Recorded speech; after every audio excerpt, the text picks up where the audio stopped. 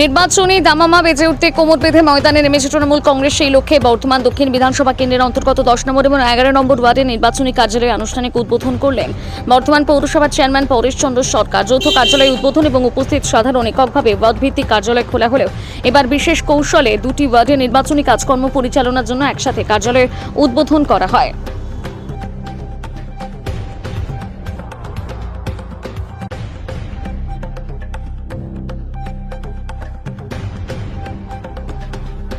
নির্বাচনে বর্ধমান দক্ষিণের প্রার্থী তৃণমূল কংগ্রেসের প্রার্থী খোকন দাসের সমর্থনে দুটো কার্যালয় খোলা হলো, একটা 10 নম্বর ওয়ার্ডের, একটা 11 নম্বর ওয়ার্ডের।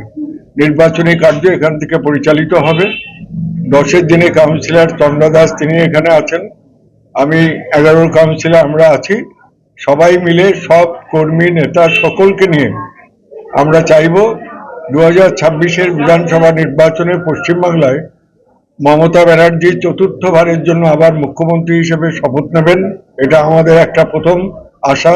দ্বিতীয় হচ্ছে, বর্ধমানে যেমন খোকন দাস বিধায়ক ছিলেন তেমনি আগামীতেও আবার নির্বাচিত হয়ে তিনি আমাদের সবার বর্ধমানের মানুষের তিনি আশা পূরণ করবেন, এটাই আমাদের প্রত্যাশা।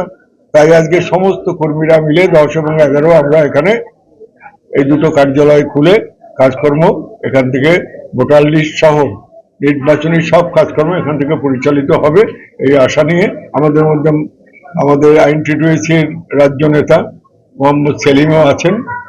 আমরা সবাইকে নিয়েই এই নির্বাচন লড়াই করব, নির্বাচনে জিতব এবং জয় ছাড়া অন্য কোনো বিকল্প বা অন্য কোনো কথা আমাদের নেই। কারা বিরোধী কারা কি আছেন বিপক্ষে এটা আমাদের দেখার কথা নয়। আমরা আমাদের প্রার্থী, আমাদের দল এবং আমাদের উপরে যে দলীয় নির্দেশ থাকবে তাই যথাযথভাবে মান্য করে আমাদের প্রার্থীর বিজয়টাই আমাদের একমাত্র উদ্দেশ্য। আমাদের কাছে ভোটটা একটা উৎসব, কারণ আপনারা জানেন যে আমাদের মাননীয় মুখ্যমন্ত্রী মমতা বন্দ্যোপাধ্যায় বাংলার বুকে যে প্রকল্প যে কাজ করেছেন এবং সব থেকে বড় কথা আমাদের মধ্যে যে ভ্রাতৃত্ববোধ যে বাঙালিয়ানা আমাদের রয়েছে। এখন লড়াই তো বাঙালি, আমরা বাংলার মানুষ, আমরা বাঙালি, আমাদের অস্তিত্ব হারিয়ে ফেলছি। কারণ একটা এমন দল, সেই দলটা এসে বাংলার উপর এমন ভাবে থাবা হয়েছে যে বাঙালিয়ানা বা বাংলাটাকেই মুছে ফেলবে।